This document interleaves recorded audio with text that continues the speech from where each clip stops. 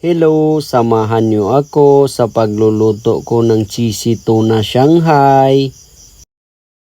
Naglagay pala ako ng spring onion sa grated carrots. Sunod kong nilagay ang minced onion. Naglagay din ako ng ground black pepper.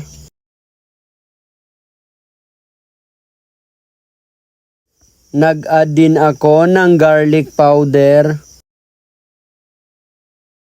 Saka ko naman nilagay ang 2 lata ng drained tuna flakes.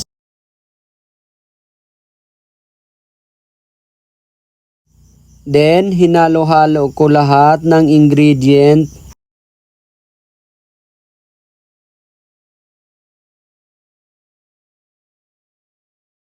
Nag-add din ako ng iodized salt. Minikos-mikos ko ulit. Binuksan ko naman ang ating lumpia wrapper para paghiwa-hiwalayin. Naglagay tayo ng 1 kutsara sa ating wrapper. Pagkatapos ay i-fold lang sa 2 side.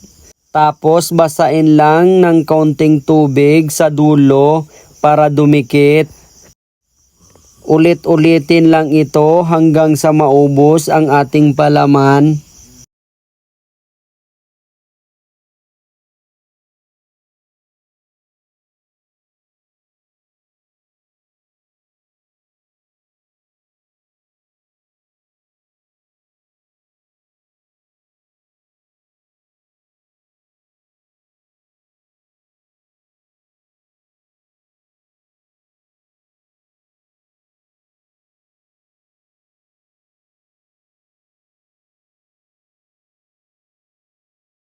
Susunod ay iprito lang natin ito ng 5 minuto o hanggang sa maging golden color na siya.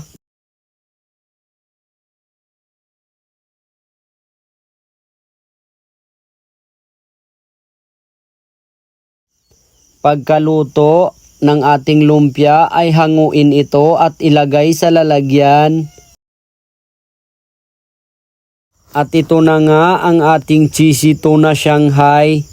Napakasarap pala nito, lalo na pag itong UFC sweet chili spicy ang sauce niya.